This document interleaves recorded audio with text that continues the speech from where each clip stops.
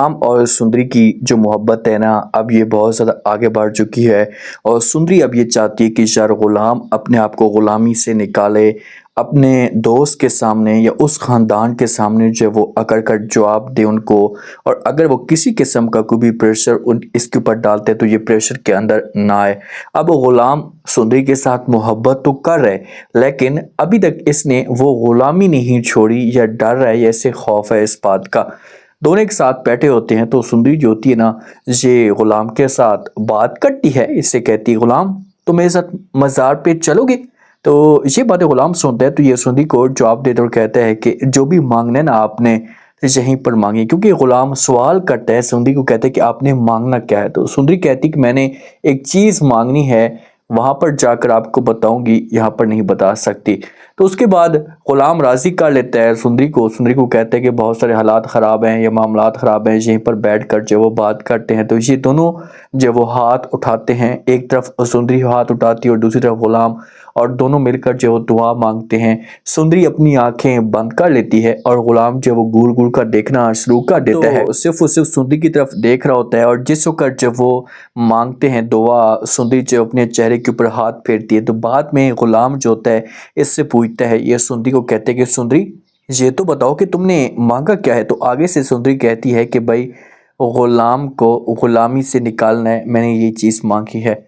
तो गुलाम जो था ये सब कुछ समझ जाता है। अब सुंदरी यहाँ पर इसे लैंड पे लाने की कोशिश करिए, इसे बार बार समझा रही है कि आपके पास अच्छा चांस है, आप जो अपने आप को चेंज करें। इस ये जो मामलात हैं, ठीक है आप वहाँ पर अपनी दोस्ती कायम रखें, लेकिन जो गुलामी आप कर रहे हैं ये आपके लिए ठीक नहीं है। मामलात जो होंगे ये बहुत ज़्यादा ख़राब हो सकते हैं। तो इसी वजह से ये अपने आप को जो एडजस्ट करने की जो वो कोशिश कर रहा है, या सुंदरी चाहती है कि यार मेरी बातें मानना शुरू कर दे, और गुलाम ऐसा ही करेगा। जिस दिन बादशाह को इस बात का पता चल गया कि भाई धोखा हुआ मेरे साथ, तो उसके बाद जो वो और बादशाह जो होगा ये गुलाम के ऊपर गुस्सा करेगा, और आगे से जो गुलाम है ना, ये बादशाह की कोई बात नहीं मानेगा। बादशाह जो होते हैं ना, ये ढूंढते ढूंढते सुंदरी को थक चुका होता है। इसकी जो एक उम्मीद होती है ना, जिस उम्मीद पे ये कायम था कि यार एक न एक दिन मुझे सुंदरी मिलेगी, तो वो उम्मीद हमेशा के लिए इसकी ख़त्म हो जाती है। समंदर के किनारे सहल पे पहुंच जाते हैं, वहाँ पर जो सोचों में गुम होता है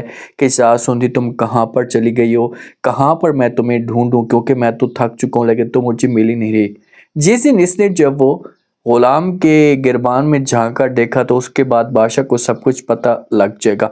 जो बादशाह का वालिद है ना, ये बादशाह को अपने पास बुलाता है, इसके साथ बात करना शुरू कर देता है। इसे कहते हैं कि बादशाह तुम्हारा जो वो निकाह है, तुमने जो वो जल्दी पहुंचना है, मैं अब चाहता हूँ कि तुम्हारी शादी करवा दीजिए।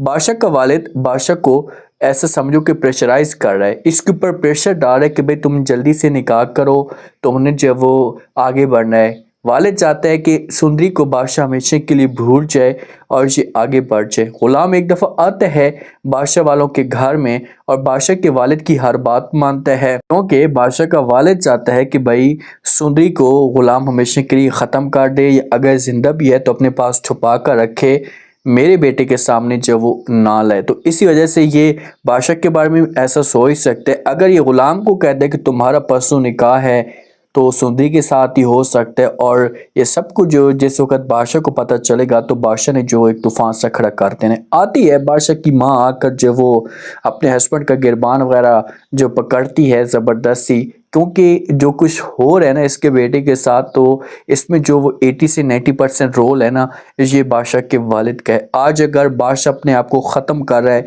जो इसने आपको मुकम्मल तौर पर अपने आप को बर्बाद कर दिया है, तो ये सब कुछ जो वो हो रहा है गुलाम बादशाह के वालिद की वजह से। तो जब ये सब कुछ बादशाह को पता चलेगा कि भी मेरे वालिद ने मेरे साथ धोखा किया ना, तो इसने जो अपने वालिद के ऊपर गुस्सा ज़रूर करना है। इसने अपने वालिद को कहना है कि भाई मैं ऐसा सोच भी नहीं सकता था कि तुम मेरे साथ ऐसा कर सकते हो। जिसका सुंदरी और गुलाम एक साथ रहेंगे ना, तो ऐसा ऐसा बादशाह जो होगा इस बारे में सोचना शुरू कर देगा।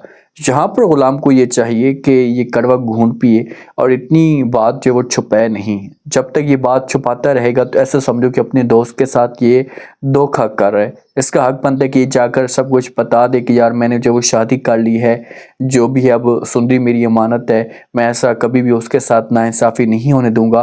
तो मामलात मौके पे ख़राब होंगे, बादशाह ने गुस्सा करना है, लेकिन बाद में हर चीज़ ठीक हो जाएगी। अगर बादशाह को अपनी तरफ से पता चलता है कि भाई ग़ुलाम ने ये सब कुछ किया ना, तो फिर ग़ुलाम की गलती है और इससे जो वो ग़ुलाम को कड़ी से कड़ी सज़ा भी मिल सकती है। तो आप लोग इस बारे में क्या कहते हैं? अपना फीडबैक लास्ट में दें।